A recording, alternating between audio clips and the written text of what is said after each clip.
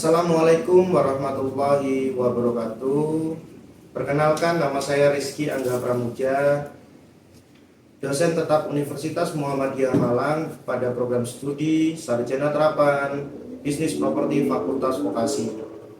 Pada kesempatan ini, saya sedang mengikuti sertifikasi dosen gelombang 1 di tahun 2025. Di sini saya akan menyampaikan tentang pernyataan diri dosen dalam Tridharma Perguruan Tinggi pada bidang pengajaran atau biasa disebut dengan PDDD UKT PT. Pada mata kuliah dasar penilaian properti yang saya ampu dengan bobot 3 SKS pada semester genap ini dengan waktu pertemuan 2 jam 30 menit per minggu,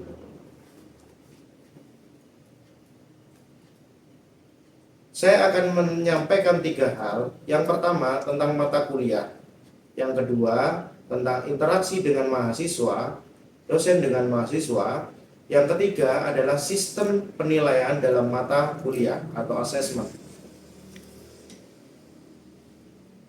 di mana pembelajaran menerapkan diskusi dan case study yang bersumber pada student center learning mengenai kasus-kasus dalam bidang penilaian properti. Mahasiswa diharapkan dapat menguasai konsep dasar penilaian properti dalam diskusi dan tanya jawab yang terjadi di kelas, serta mahasiswa dapat mereview proyek-proyek case study yang terjadi di lapangan. Capaian mata kuliah dapat dilakukan dan dapat dilihat sebagai berikut. Mata kuliah konsep dasar penilaian properti memiliki 4 CPL, di mana pada akhirnya mahasiswa mampu menerapkan pemikiran yang logis, kritis, inovatif, bermutu, dan serta terukur dalam melakukan jenis pekerjaan spesifik di bidang keahliannya, serta sesuai dengan standar kompetensi kerja dalam bidang yang bersangkutan. Yang akan dibahas dalam mata kuliah dasar penilaian properti adalah sejarah penilaian properti hingga sampai pada pendekatan pengenalan, pendekatan penilaian properti seperti pendekatan penilaian pendapatan, kemudian atau income approach, kemudian ada pendekatan pasar atau market approach ataupun pendekatan biaya. Nah, lebih lengkapnya dapat dilihat sebagai berikut. Metode pembelajaran yang saya lakukan ada 3 tahap. Tahap pertama menyampaikan materi menggunakan buku dan modul. Kemudian tahap kedua melakukan diskusi dan praktek case study dengan mengenal konsep dasar penilaian properti.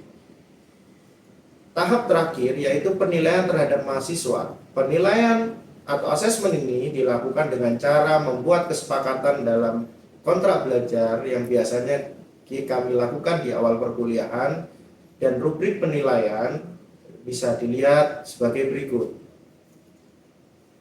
Penyampaian RPS akan dilakukan di pertemuan awal dan di-share di grup WhatsApp mahasiswa. Selanjutnya, saya akan menampilkan metode pembelajaran di kelas dan selamat menyaksikan.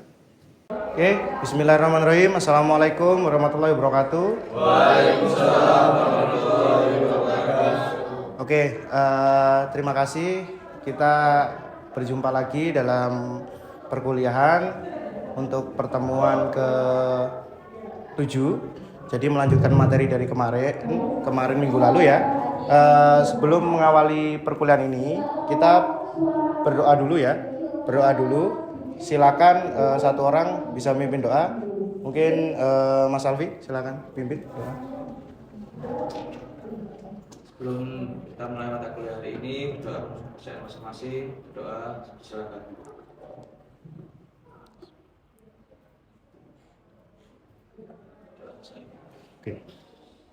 Oke.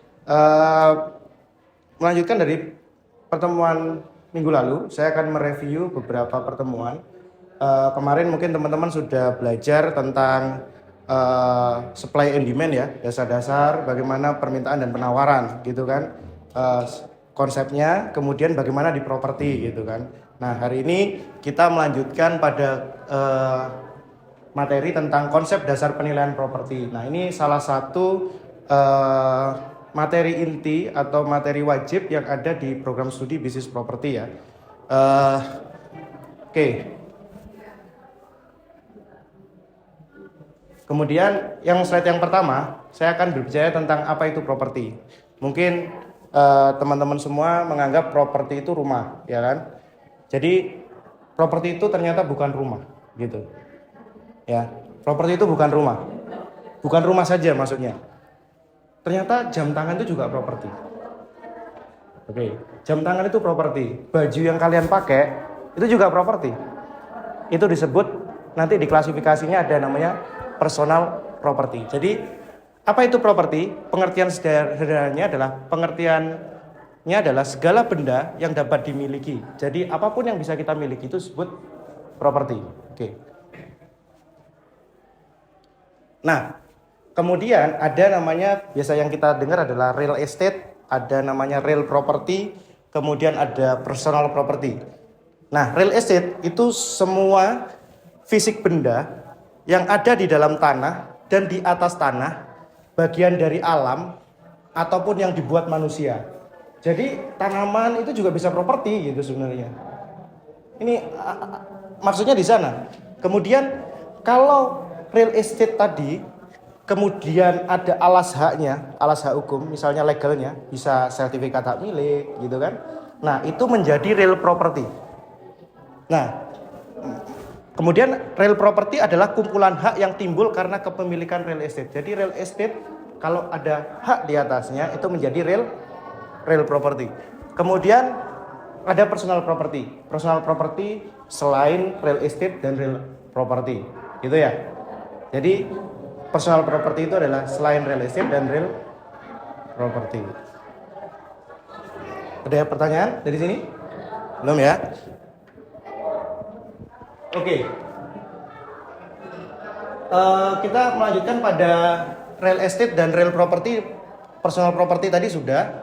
Saya kira ini aturan menurut SPI. Nanti teman-teman bisa baca di SPI ya. Nanti bisa dibaca di perpustakaan. Itu ada SPI dan KPI. Nanti kita singgung apa itu SPI dan KPI. Nah, sebagai seorang penilai, spesifikasi penilai itu ada 3. Yang pertama adalah penilai internal, kemudian adalah penilai pemerintah, kemudian adalah penilai publik. Nah, penilai internal itu biasanya penilai yang berada di institusi masing-masing. Bisa penilai internal bank, kemudian penilai internal dari sebuah perusahaan, dan lain sebagainya. Kemudian ada penilai pemerintah. Penilai pemerintah itu penilai dari negara. Biasanya dia bekerja di KPKNL. Nah, kalau kalian tahu barang-barang lelang dari negara, nah itu biasanya di KPKNL.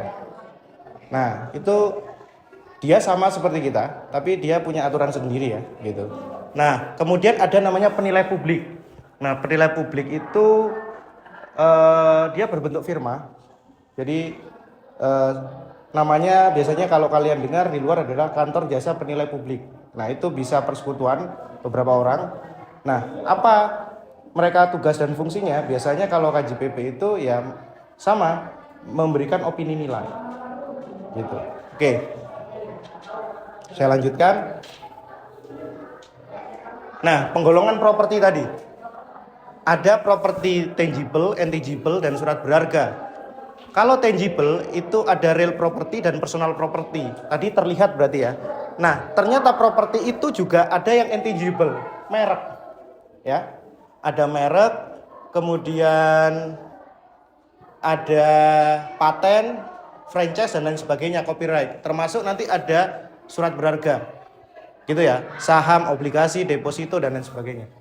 Jadi properti itu luas ya. Jadi orang-orang di luar itu atau yang belum masuk bisnis properti itu selalu berbicara properti itu rumah. No, salah.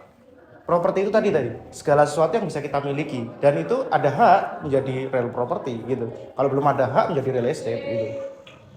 Dan selain itu ada personal property. Jadi baju, jam tangan itu adalah personal property. Jadi oke. Dari sini ada yang tanyakan? Natural aja. Teman-teman kalau mau mau tanya silakan. Oke. Kemudian ada karakteristik properti. Apa sih karakteristik properti itu? Ada keuntungan dan kerugiannya.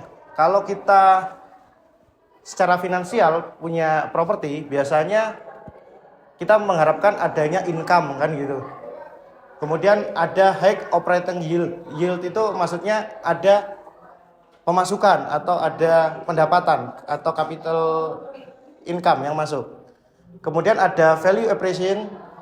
Kemudian untuk menjaga kita dari inflasi. Kemudian ada nilai tambah di sana. Ada namanya cost saving gitu. Nah, kemudian keuntungan dari kita memiliki properti itu bisa digunakan sebagai agunan, jaminan kemana? Jaminan ke bank. Nah, nanti penilaian properti sebagai penilai itu yang menentukan nilainya untuk ke bank. Jaminannya berapa gitu kan? Oh, nilai asetnya 1 miliar bisa misalnya. Berarti bank bisa memberikan likuidasi pinjaman 70% gitu kan? Gitu. Nah, kita kalau punya properti itu kebanggaan, prestis. Atau bisa kita lihat sebagai alat ukur kekayaan seseorang. Tanah Yombo gitu kan. Nah, kemudian karakteristik dari properti juga bisa menimbulkan salah satunya kerugian. Karena apa? Properti itu sifatnya tadi unliquid. Unliquid artinya membutuhkan waktu yang lama untuk menjual. Atau kalian punya rumah atau ingin beli rumah, tapi harga rumahnya 500 juta, kalian punya uang 100 juta, kira-kira bisa beli nggak? Gak bisa properti beli 1/5 bagian dari harga itu. Pak, saya beli rumahnya berapa? Ya 1/5-nya aja, kan nggak mungkin kalian kafling sendiri rumahnya orang gitu kan? Nah, ya kan? Oke, paham ya dari sini ya? Jadi kerugian itu tadi, salah satunya karakteristik atau dari properti adalah, salah satunya adalah unliquid. Jadi tidak mudah untuk dipindah tangankan gitu kan. Kemudian kerugiannya, kita tahu kalau di properti itu high cost transaction. Jadi pajaknya banyak. Nah, ada pajak penjual, pajak pembeli, terus pajak bumi bangunan. Mulai dari kalian beli bahan bangunannya itu kan masih ada pajak penjualan bahan bangunannya itu. Kemudian ada pajak apa lagi? Kalau beli tanahnya ada pajak jual beli tanahnya, kemudian ada lain-lain sebagainya. Jadi high cost transaction. Nah, di situ. Nah, kemudian ada mungkin properti hazard akibat kerusuhan, kebakaran dan bencana alam. Nah, ini bisa jadi kalau lahannya gitu kan. Ini kan mahasiswa Bispro ada yang di Maresi ya. Kalau tempat yang kira-kiranya sudah rawan bencana tapi tetap ditempati, kemudian longsor dan seterusnya, kan itu jadi bisa hilang gitu properti kita kan gitu. Lebih baik kan bagaimana direboisasi, dijauhkan supaya tidak terjadi longsor dan lain sebagainya. Itu salah satunya. Kemudian syarat intervensi pemerintah. Nah, ini memang properti itu beda-beda ya. Aturannya, regulasinya di setiap karesidenan atau kota, kabupaten ataupun di provinsi lain gitu. Kalau di Jogja misalnya, kalian kalau ke Jogja ada tanah kesultanan. Nah, itu cara juga nggak boleh dijual beli secara umum kan gitu. Hak legalnya juga berbeda gitu kan. Oke. Di sini ada yang tanya kan? Ya. Silakan, Mas. Pak, saya mau tanya, itu kalau kerugian nomor 4, perubahan rencana kota itu apakah selalu menjadi kerugian untuk properti? Gimana, Mas? Apakah perubahan rencana kota itu selalu menjadi kerugian untuk properti? Ya, jadi perubahan perencanaan tata kota, jadi makanya kalau beli rumah atau beli tanah itu lihat zonasinya dulu. Jangan sampai beli atau nanti kalau sudah sukses mau beli properti, jangan sampai, apalagi mahasiswa bisnis properti ya, jangan sampai beli rumah itu nggak tahu zoningnya. Ternyata zoningnya hijau yang kalian beli, nggak bisa dibangun bos, gitu kan? Nggak bisa dibangun nih. Gimana mau bangun? Kalian bangun, jelas pemerintah nggak mengeluarkan sertifikat legalnya, karena Kita mau bangun rumah kan butuh PBG kan gitu ya. Oke, jelas itu ya. Jadi bisa ngerugiin nggak? Ya kalau kita buta akan perubahan rencana tata kota nanti ke depannya, kita nggak tahu baca tata ruang dari tata kota, kita bisa rugi di situ. Ternyata yang kita beli tanahnya itu adalah tanah lahan hijau.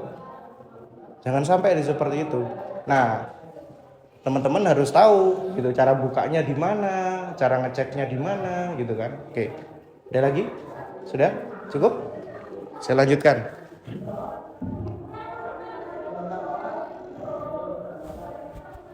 Nah, jenis properti itu ada banyak. Ada namanya residensial, komersial, dan industrial. Jadi residensial ada landed house, itu rumah tapak ya, rumah. Kemudian ada apartemen, ada townhouse, ada kondominium, mobile home, kemudian modular housing dan lain-lain. Ada komersial itu bisa office building, retail, ada shopping center, trade center, hotel. Nah, bedanya apa? Residensial dan komersial, bedanya kalau komersial itu pasti ada pendapatan sewa gitu ya. Nah, dalam penilaian properti itu nanti juga cara menilainya juga beda. Jadi properti yang bisa mendapatkan pendapatan itu bisa kita nilai dengan melalui pendekatan income approach. Nah, itu nanti kita juga bahas di next selanjutnya ya. Kemudian ada industrial. Nah, industrial ini juga termasuk dalam pendekatan apa tadi? Dia pendekatan income gitu. Karena mungkin dia ada cash flow yang masuk. Jadi properti itu bisa nilai properti itu bisa terlihat dari cash flow yang masuk. Gitu. Race, kita nilai hotel race misalnya. Nah, itu juga kita bisa melakukan pendekatan melalui pendekatan pendapatan. Kira-kira berapa ya pendapatannya per tahun, biayanya apa, nanti kita hitung-hitung, nanti kita terminal value, kita tarik lagi. Nah, itu nanti di pelajaran penilaian properti ya. Oke. Ada lagi yang tanyakan? Ini sama dengan yang tadi. Kemudian nah, saya masuk ke proses penilaian. Proses penilaian itu ada lingkup penugasannya. Tadi teman-teman bisa tahu tugasnya menilai apa, di mana, kan kayak gitu. Nah, identifikasi klien, pengguna laporannya siapa, penentuan tujuan penilaiannya apa, dasar nilainya apa, bisa nilai pasar, nilai lelang, gitu kan, dan lain sebagainya. Ada banyak nilai tadi. Kemudian ada identifikasi objek penilaian, kemudian tanggal penilaian, asumsi dan kondisi pembatas. Kemudian masuk ke implementasi pengumpulan data dan pemilihan data. Ada data umum, data khusus, dan data permintaan dan penawaran. Nah, pasti kita juga ingin tahu kan, harga marketnya pasti ada data permintaan dan penawaran. Kalau data khusus biasanya data objek propertinya. Nah, data umum itu bisa kita makroekonominya. Ekonomi makronya seperti apa. Oke, next. Nah, ini dasar nilainya juga banyak. Oke, saya lanjutkan lagi. Konsep dasar konsep nilai biaya dan harga. Ada yang tahu nggak? Ada yang tahu nggak? Apa bedanya nilai, biaya, dan harga? Tiap hari pasti dengar loh. Dan nilai, biaya, dan harga. Kalau kita berbicara nilai, ya, biaya dan harga. Kalau kita berbicara misalnya kalian ingin bangun rumah, beli batu batanya. Nah, beli batu batanya itu disebut apa? Biaya. Kemudian ketika rumahnya sudah jadi, dijual. No, harga. Nah, kalau nilai, ada yang tahu nggak? Ada yang tahu nggak? Kalau nilai apa?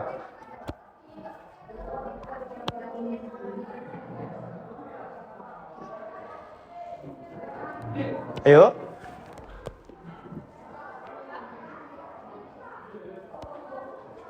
Jadi kalau harga itu adalah biaya plus keuntungan yang ditetapkan oleh penjual.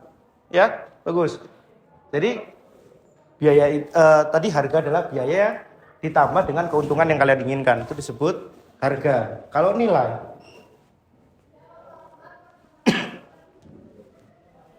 Kalau nilai apa?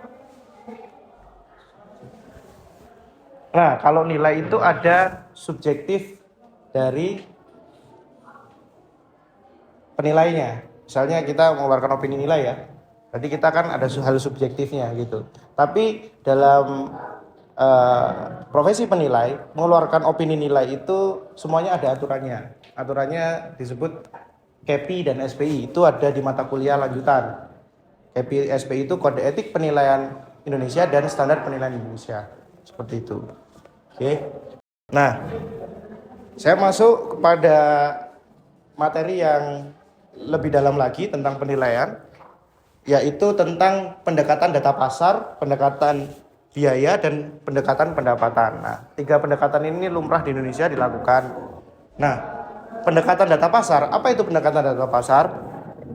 Nah, pendekatan data pasar itu comparison, itu membandingkan harga tanah atau harga properti di sebelahnya. Ya. Misalnya, oke. Yang saya nilai adalah Mas siapa namanya? Mas Wahyu. Mas Wahyu, kemudian ini Mas Azril dan Mas Faiz. Oke, sama Mas Alfi dan lain sebagainya. Ini kita nilai. Perbedaan ini antara Mas Ave dengan Masnya pasti berbeda, ya kan? Bedanya di mana? Nah, kalau lebih tinggi, misalnya propertinya lebih tinggi, lebih bagus misalnya, ya pandangan perempuan nih. Kalau lihat cowok tinggi kan, wah gitu kan. Nah, misalnya lebih bagus. Berarti yang kita nilai Mas Ave. Berarti kalau dalam logikanya, berarti kalau ingin sama harus dikurangin kan? Nah, gitu. Logikanya seperti itu. Jadi pendekatan data pasar itu tadi membandingkan harga properti yang kita nilai atau objek penilaian dengan harga properti di sebelah-sebelahnya. Gitu ya. Nah, perbedaannya di mana? Nah, nanti misalnya karakteristik properti banyak, bisa lokasi gitu kan. Ya kan? Unik. Properti itu unik. Jadi kalian punya rumah yang sama, luasan sama, di lokasi yang sama, harganya sama nggak? Beda. Sing deket pintu gerbang harganya pun lebih mahal daripada sing rodok tengah. Karena kenapa? Akses keluarnya lebih cepat. Logikanya di situ. Coba deh. Kalau saya beli rumah dekat pintu keluar lebih suka.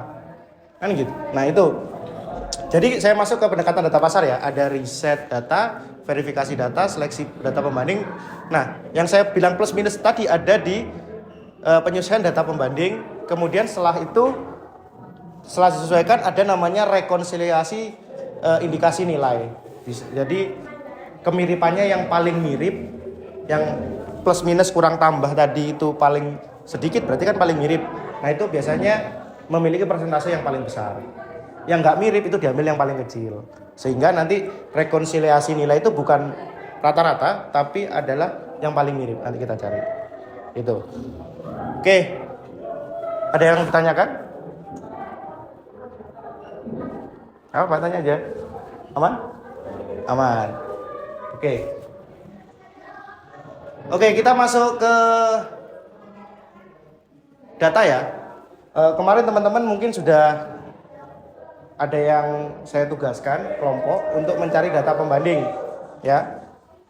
Coba deh cari harga properti yang luasan sekian sampai sekian di Malang. Cari datanya 5, gitu kan? Nah, data 5 itu nanti mungkin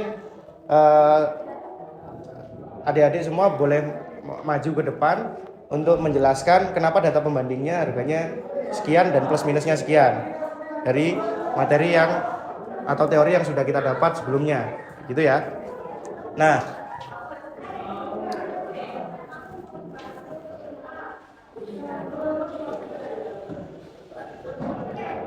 mungkin teman-teman sudah dapat data-data ini ya. Kemarin sudah saya tugaskan sebelum perkuliahan. Ada tugas dari saya, tolong adik-adik cari data pembanding. Teman-teman semua cari data pembanding atau data properti dijual dengan luasan rumah sederhana, luasan tidak lebih dari 70 sampai 150 meter persegi. Nah, itu datanya itu nanti coba kita mainkan ya, seperti itu. Oke. pertemuannya cukup sampai di sini teman-teman semua. Bisa nanti kita lanjut untuk pertemuan selanjutnya. Teman-teman nanti bisa pelajari lagi tentang apa saja yang perlu kalian butuhkan dalam penilaian, misalnya persiapan ke lapangan dan seterusnya. Jadi mungkin nanti akan di lapangan kita akan belajar bagaimana SOP di lapangan itu.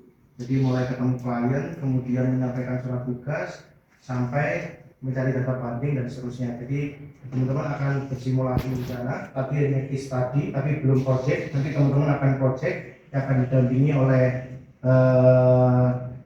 dari teaching factory-nya. Jadi ada TEVA ya, dari TEVA yang akan mendampingi perwakilan, nanti mendampingi adik-adik semua di sini di lapangan. Kemudian dia dari tim profesional, nanti dilihat kakak-kakaknya akan terjadi peer learning, apa aja yang dilakukan, ketemu klien, salam dan seterusnya. Harus pakaiannya harus rapi ya, pakaiannya harus rapi, jangan lupa. Kemudian kalau bisa grooming ya, wangi, karena kan project beneran ini, bukan project kan yang kita lakukan ini project yang benar-benar real case, didampingi oleh praktisi langsung. Harus wangi, kemudian rapi, kemudian jangan lupa senyum, kemudian pastikan dokumen yang dibawa lengkap, mulai dari surat tugas, kopi INB, kopi sertifikat dan lain sebagainya. Dibantu juga tim profesional. Seperti itu ya. Akhirul kalam, sampai jumpa minggu depan. Assalamualaikum warahmatullahi wabarakatuh. Waalaikumsalam. Sekian video pembelajaran dalam mata kuliah konsep dasar penilaian properti pada program studi Bisnis Properti Fakultas Vokasi Universitas Muhammadiyah Malang. Video ini nantinya digunakan menjadi salah satu syarat menyusun dokumen dalam unjuk kerja Tridharma Perguruan Tinggi PDDD UKT-PT. Semoga hal ini dapat menjadi pertimbangan yang baik dalam pengajuan sertifikasi dosen gelombang 1 tahun 2025. Akhirul kalam, terima kasih. Wassalamualaikum warahmatullahi wabarakatuh.